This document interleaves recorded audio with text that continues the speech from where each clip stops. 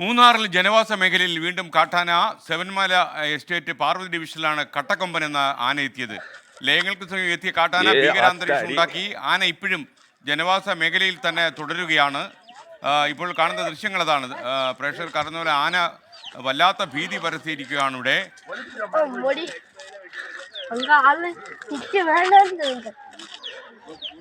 നമുക്കൊപ്പം രാഹുൽ വിജയൻ വിളിച്ചിരുന്നു. രാഹുൽ വിജയൻ, ആന ഏത് വഴിക്കാണ് പോകുന്നത് ഇപ്പോ?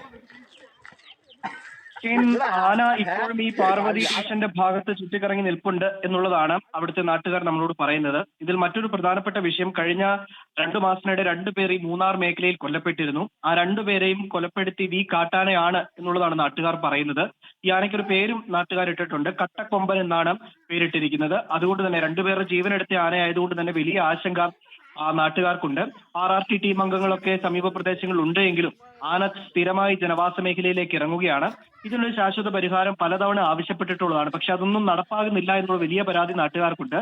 ആന ഇപ്പോഴും ജനവാസ മേഖലയിൽ തുടരുന്നു. അത് ലയങ്ങളോട് ചേർന്ന് വീണ്ടും എത്താനുള്ള സാധ്യതയുണ്ട്. അതുകൊണ്ട് തന്നെ വനം വകുപ്പ് കൃത്യമായി ഇടപെടൽ നടത്തണം. കൂടുതൽ RRT ടീമിനെ സ്ഥലത്തേക്ക് അയക്കണം. ആനയെ വനത്തിലേക്ക് തുരത്തണം എന്നുള്ളതാണ് ആവശ്യം. രാഹുൽ വിജയനാണ് വിവരങ്ങൾ നൽകിയത്. ആന കട്ടക്കൊമ്പൻ വല്ലാത്ത ഭീതി വിരിച്ചിരിക്കുന്നു അവിടെ. എന്തെങ്കിലും കട്ടക്കൊമ്പൻ്റെ പ്രശ്നങ്ങളുണ്ടെങ്കിൽ രാഹുൽ വിജയൻ വീണ്ടും നമുക്കൊപ്പം ചേരും.